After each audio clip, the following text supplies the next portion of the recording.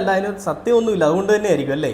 അപ്പോൾ ഇവർ പറയുന്നത് എന്താണ്, ഈ രാഹുൽ മാങ്കൂട്ടത്തിനെതിരെ എനിക്ക് പരാതി ഉന്നയിക്കാനായിട്ട് ഇപ്പോൾ താല്പര്യമില്ല, ഉണ്ടെങ്കിൽ ഞാൻ അതെന്തായാലും പറഞ്ഞോളാം. ഈ രാഹുലിൻ്റെ പേര് ഇപ്പോഴും പറയുന്നില്ല, പുള്ളിക്കാരി വെറുതെ എന്തൊക്കെയോ പറഞ്ഞുകൊണ്ട് റീച്ച് ആവാൻ.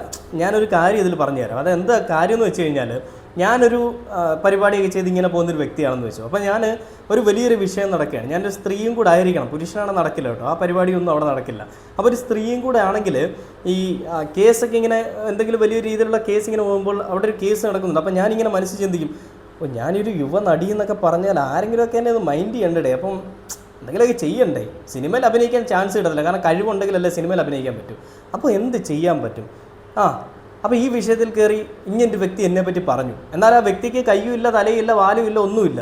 ആ വ്യക്തി എന്നെക്കുറ്റി ഇങ്ങനെ പറഞ്ഞു. ആരാണ് ചോദിക്കും, ഹൂ കെയർസ്, അത്ര മാത്രം പറഞ്ഞാൽ മതി. പരിപാടിയോടും കൂടി ക്ലോസ്ഡായി. ഇനി അതിൻ്റെ പിന്നാലെ ഉണ്ടാവുന്ന ഈ വരും വരായികളെ നമ്മൾ നോക്കേണ്ട ആവശ്യമില്ല, അതൊക്കെ അവർ നോക്കിക്കോളും, പാർട്ടി നേതൃത്വം നോക്കിക്കോളുമല്ലോ. നമ്മൾ അതിനെപ്പറ്റി